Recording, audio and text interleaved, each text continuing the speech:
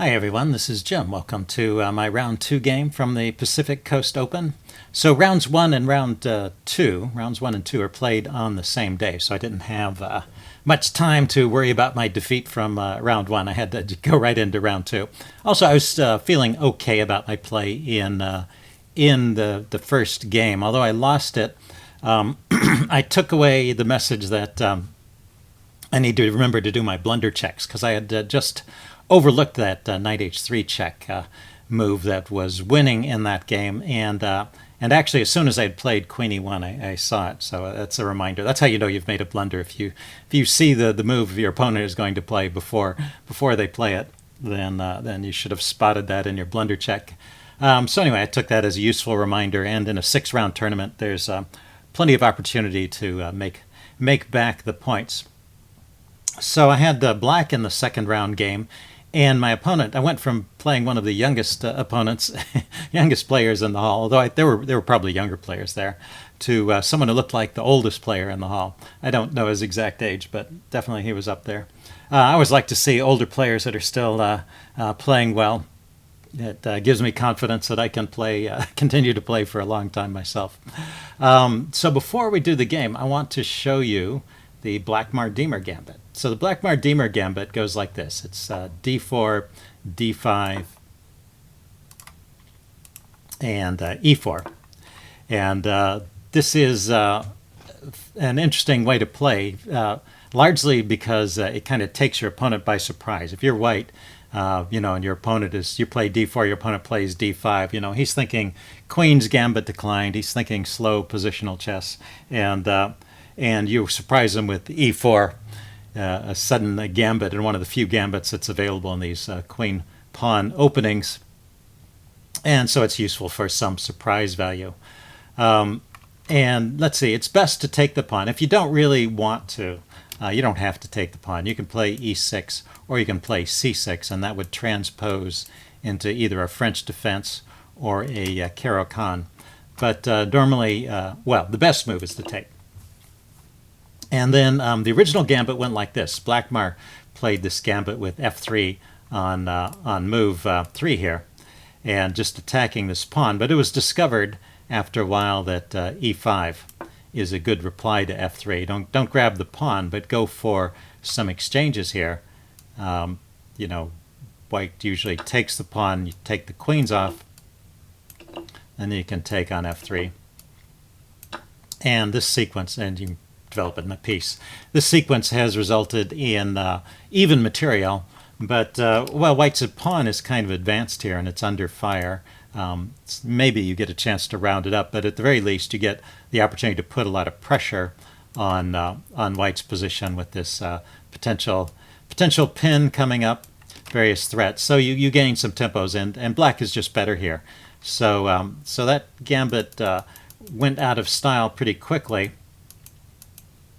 and then Diemer came along and found an improvement. Instead of playing f3 immediately, he would play knight to c3 first, and then knight to f6 is a normal response here, defending the pawn, and then f3. And then this is the Blackmar-Diemer gambit. And now e5 doesn't work anymore. If you play e5 here, you can go through with these exchanges, but because at the end your knight is hanging, it's under threat here, you've got to move the knight, and that gains a tempo for white. White could just grab the pawn here, or even stronger is to play knight d5 and threaten the fork on on c7 there, and that is even better for black. So e5 move no longer works here, and black has to come up with something else. Let's see, a typical line here is to take, and then white takes, and this is the kind of position the Blackmar-Diemer gambit player is going for. Black is actually still better here. White doesn't really have full compensation, but he has some compensation. He has the open f file. He can castle quickly and get a rook on that file. He's got open lines for his bishops, and he's got the only pawn in the center at the moment. So he's got something. The way I play it, and when I'm face this in tournament games is I follow the main line up to here, and then I play bishop to f4, and that's a reasonable way to play it. It keeps an advantage to black, and actually the best move here is g4 there, kicking the bishop, but a lot of players with the white pieces don't know that. Anyway, you get a reasonable game this way, and that's how I play it. So anyway, that's the Blackmar-Diemer gambit. And let's see, I wanted to add one more comment about this before we go on with the game, is that I get asked every now and then how you work your way up from Class C to Class B to Class A, which is one of the reasons why I made that Chess Basics series, where I cover a lot of information I think is useful in going through that path. But one of the things you have to realize is, as you work your way through the classes, that these gambit openings are very popular, particularly among players who are very tactically oriented, and so definitely one of the things you have to do is develop some lines against all of these wacky gambits, some way to play against them. Okay, let's go to this game. I played knight f6 here. I didn't play d5, and you might wonder, why did I talk about the Blackmar-Diemer gambit? Well, my opponent went knight c3 here, and after knight c3, I don't know. There's probably different moves that black could play here, but the most logical move here is just to play d5, put that pawn in the center, and just try and clamp down on the e4 square. You've got the knight here already, put the pawn there, and that looks like good center play. And usually, usually this way of playing by white is to introduce the Richter-Veresov attack. So the bishop comes out here to g5, and this is like a Chigorin defense with the colors reversed in a way. And white is very often giving up the bishop for the knight and trying to inflict some pawn damage. So that's kind of what I was expecting at this point, and that's certainly the most common way to play. But no, my opponent played e4 here. And so this is a gambit. It's actually not the Blackmar-Diemer gambit, because there are different choices here. But if I had taken the pawn, d takes e4, and white played f3 here, if we had done this, then this would be the Blackmar-Diemer, and I would have continued with bishop to f4, playing my usual line against it. But, well, this is a line that gives white some play. Black is better, but white has some play. So I thought it might be even better here. What I have a choice of is ways to take that pawn, which is not usually available in the Blackmar-Diemer. So I decided to take with the knight.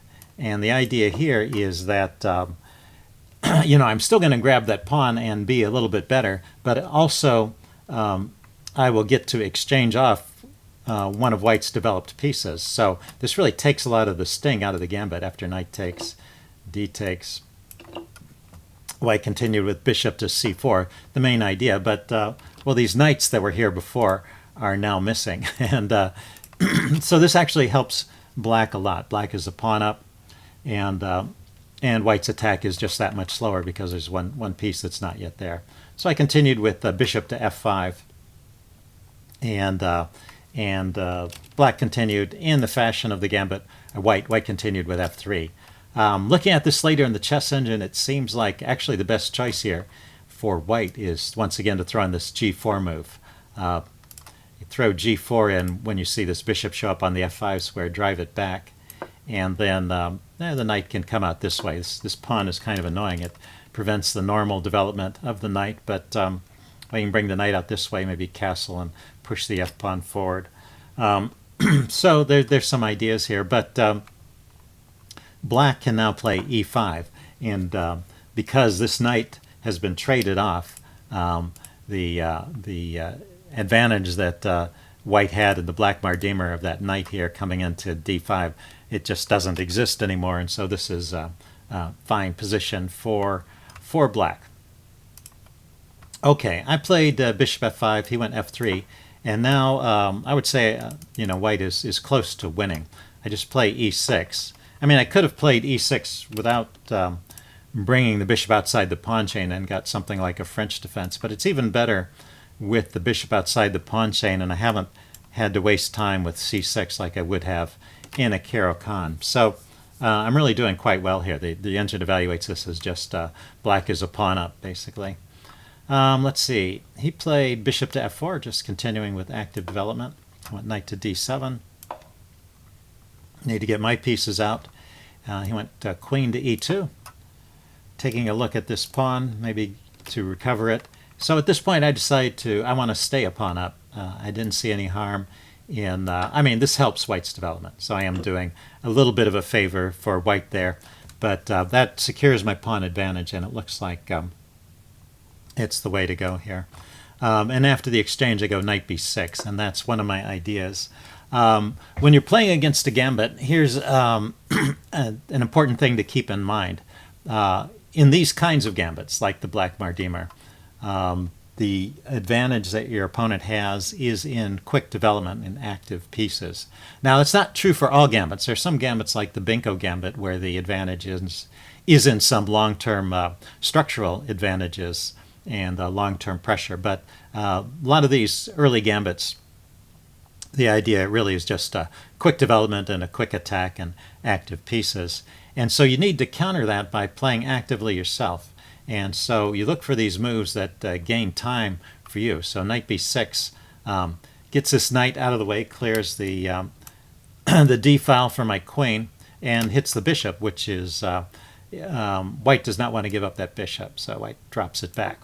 And now another tempo gaining move right here, which I think is quite good. And it's a funny little dance that I do. So why don't you see if you can find the best move for black here.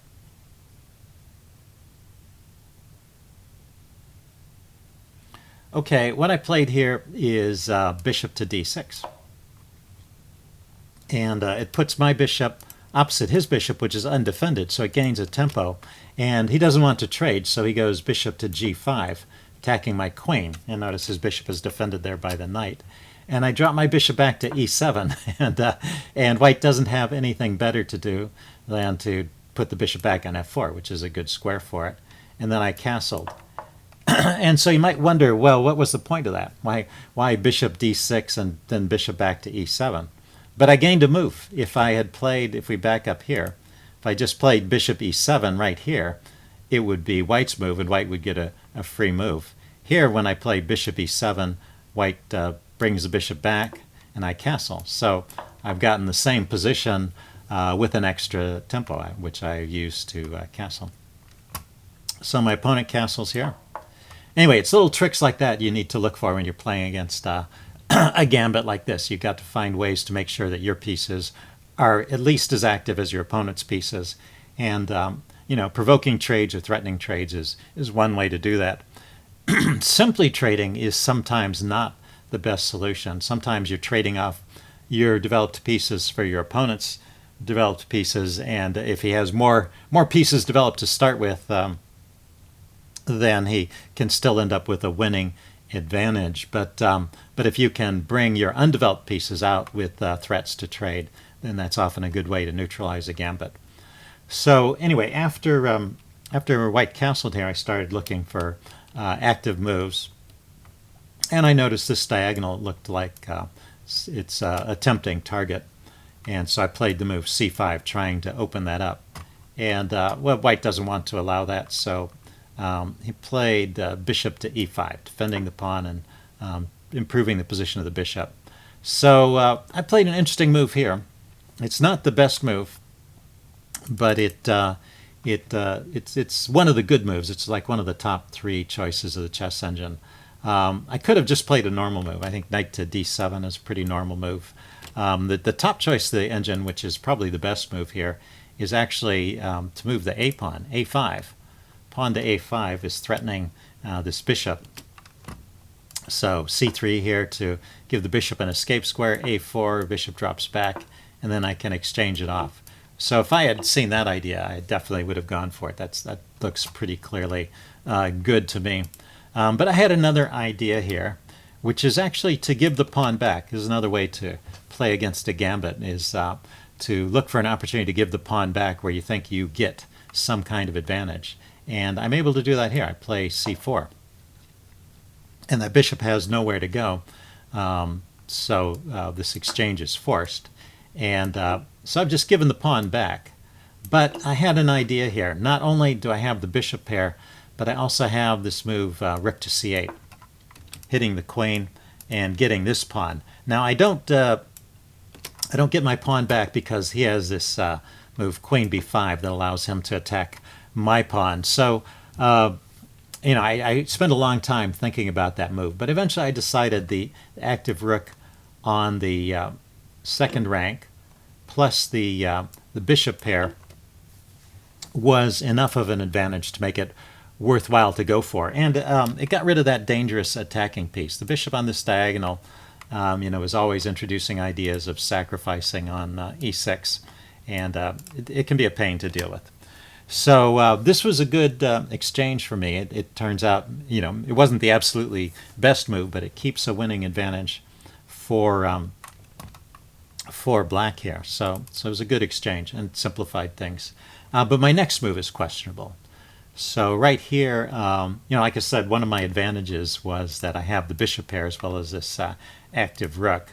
Notice that if white grabs the a pawn, I will grab the b pawn. So that's the pawns will stay even, and my pawn structure is a little better than white's. White's has more scattered pawns here.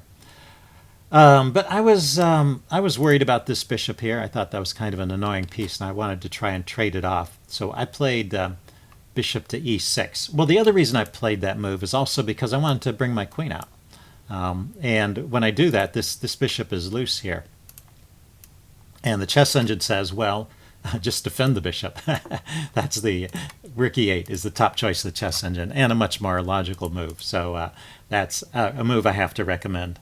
I want to keep the bishop pair. I don't really want to trade those bishops off, and I just want to be able to activate my queen. I wasn't entirely sure about rook e8, to be honest, because after I move the queen away, he can always maybe come in here with his queen to d7 and hit my rook. But I guess I could bring my king over to defend the rook.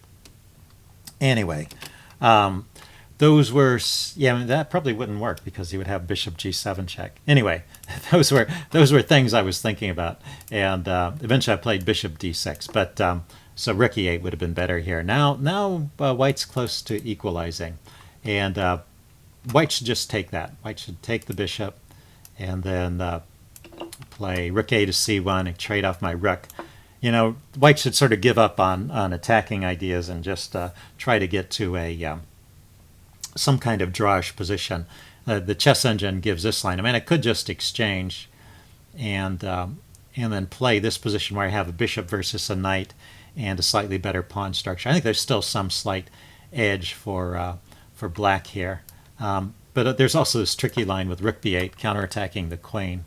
And so if he takes my rook, I take his queen, but he has this check here. Remember my king on the back rank, and so we can get a much reduced situation material-wise, and then b3. And so it really is an endgame where it's, like I said, a bishop versus a knight and a better pawn structure. Black has all the winning chances here, but perhaps white can hold this position with good play. So that's the chess engine recommendation here after bishop d6. But my opponent is still kind of attack-minded. He doesn't want to trade things if he doesn't have to. He brings the rook here. And then I trade bishops this way.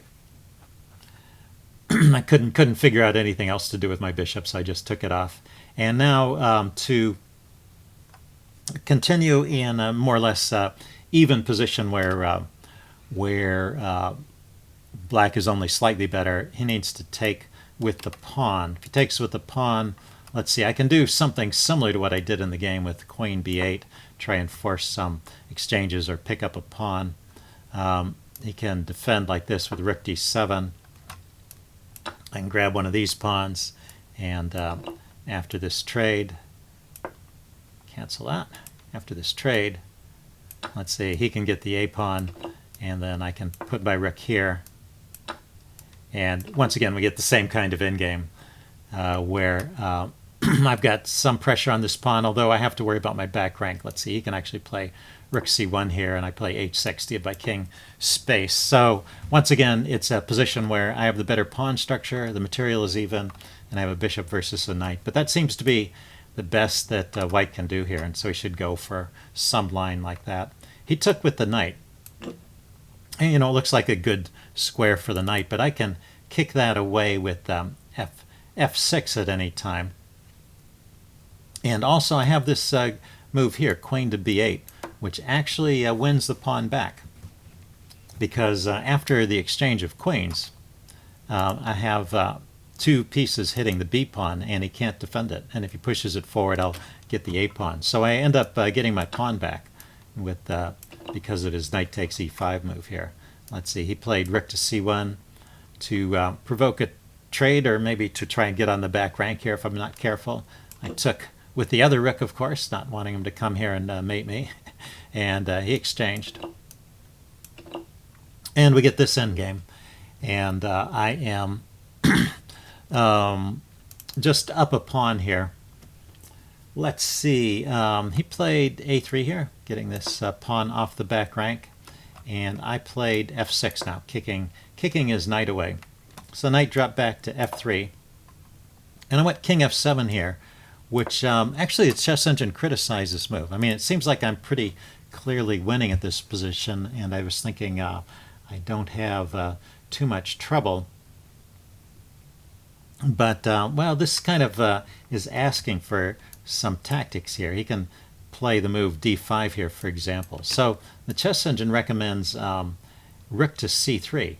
Lift this rook up, hit the pawn again. Maybe this rook comes over to defend, and then king to f7. And that eliminates a lot of these tactics along the f-file.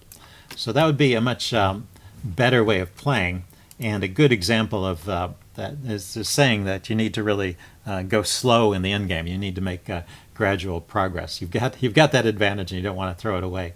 And you can't be too quick in the endgame.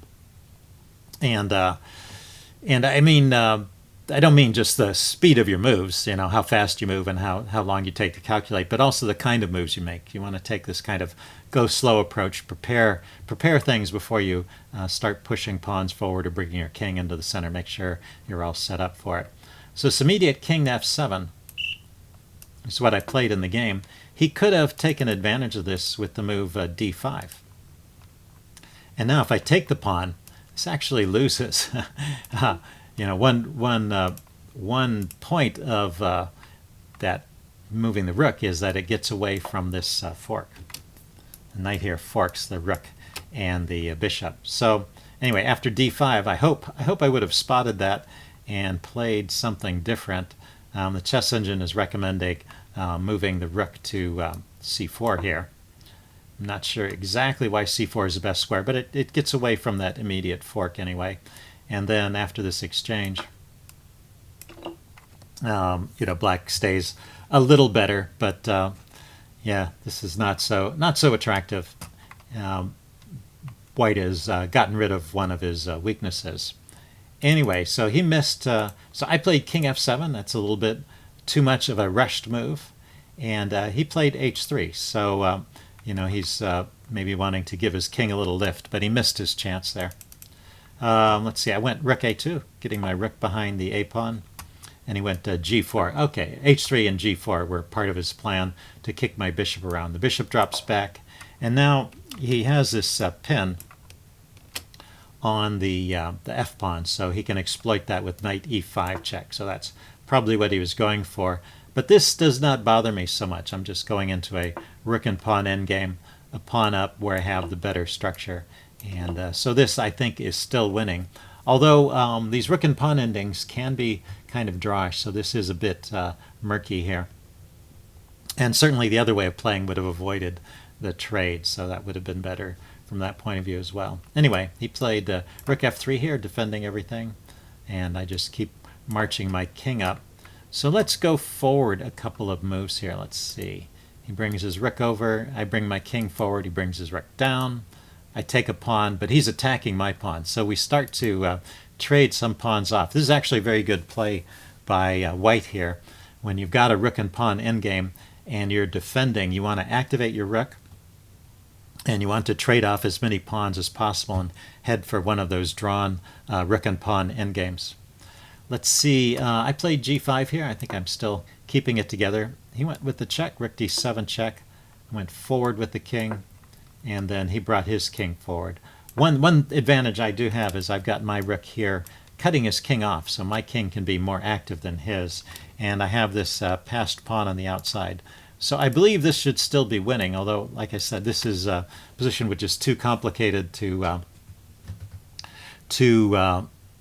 really fully evaluate, either by humans or by chess engines. It's too deep for a chess engine to calculate to the end. And if the chess engine gives you an evaluation of +1 or +2 in an end game, it doesn't necessarily mean you're winning. It could be a draw that your chess engine hasn't spotted yet.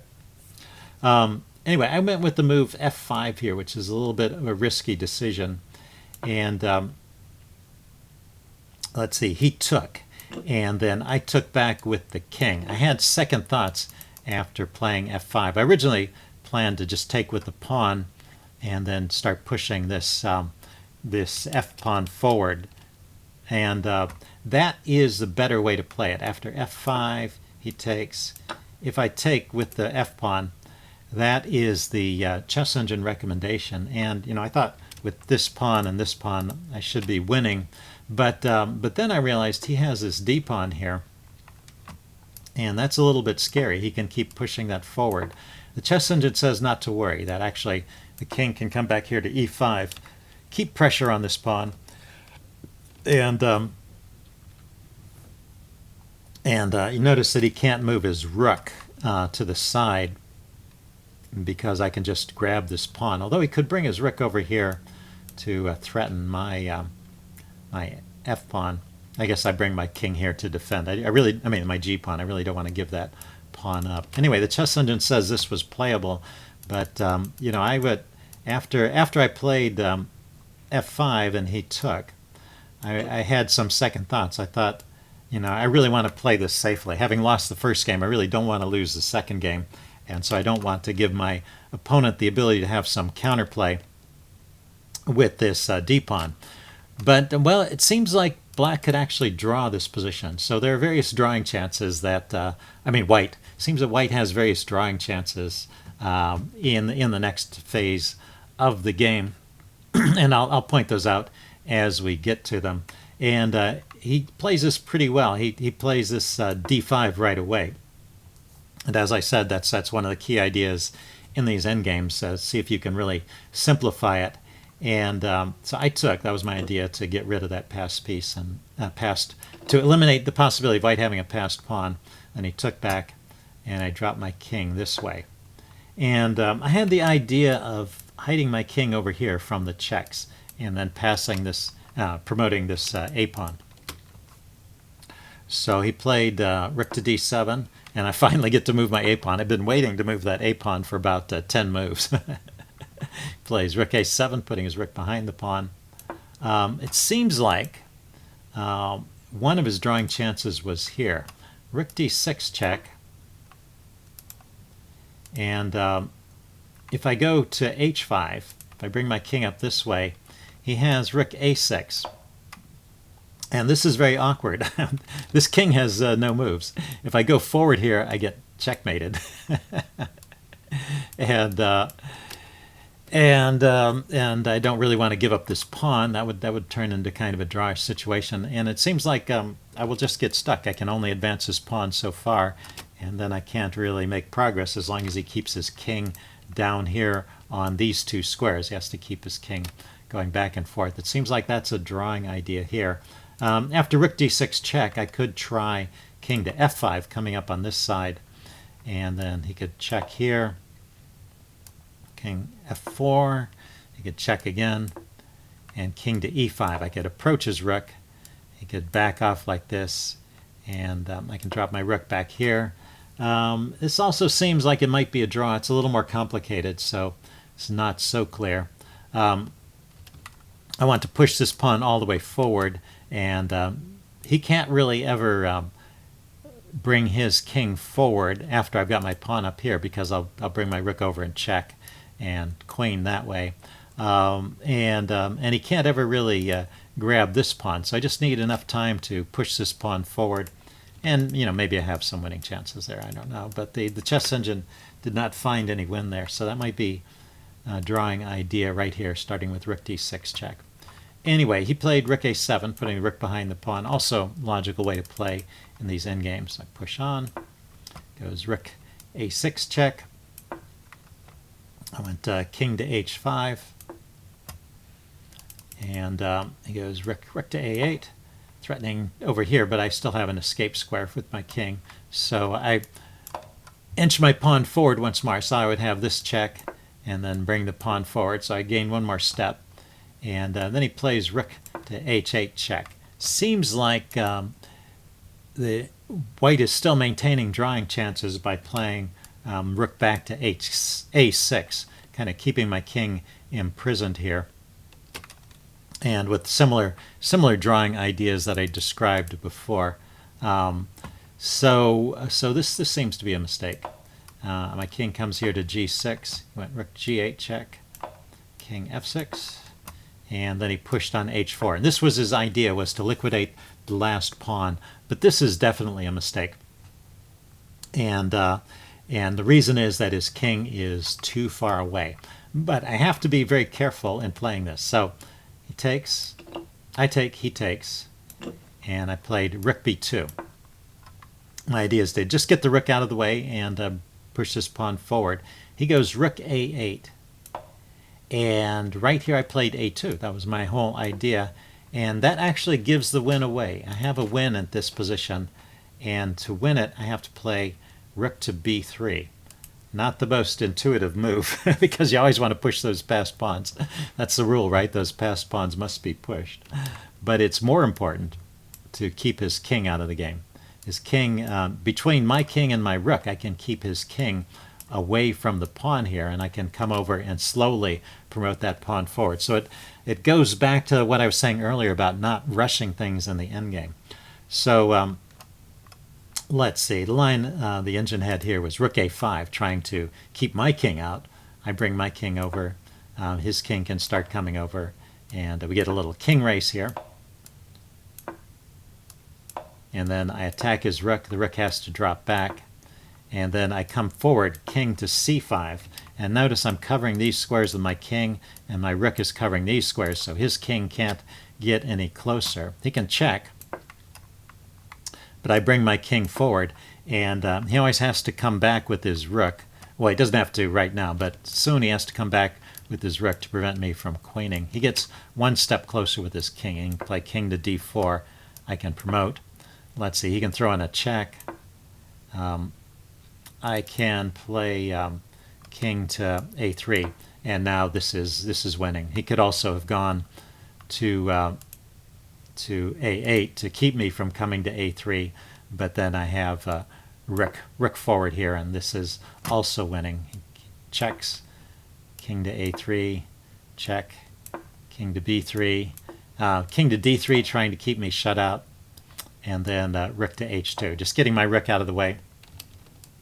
I'm going to bring my king in and promote that pawn, and if he starts checking me, my king can always shelter from the checks over here behind his king. So this is a winning king and pawn endgame. So that's the way to win this, starting with the move rook to b3. I played a2, and he actually has one last drawing chance here with rook to a5. If he plays rook to a5 here, he keeps my king shut off, and his king is just one step closer, and that's enough to draw. So anyway, the actual losing move of the game finally is the next one. We've kind of gone back and forth between drawing and losing and drawing, but after a2 he went king to g3. Yeah, it's logical, he's going to race for that pawn, but now it's all losing, and I don't make any more mistakes here. So my play is pretty obvious. I bring my king over, keep his king shut out. He tries some checks. Went here. Oops, cancel that. I went to d3. I want to keep his king as far away as possible. He went with the check here. I went king in front, and he dropped back. and now I can just walk my king over to b1 to help this pawn promote, and he can no longer stop it. He went rook d8, I queened, he went rook d1 check, dropped my king back to a2, and then he resigned. He wasn't going to make me prove that that I can mate it with a king and a rook.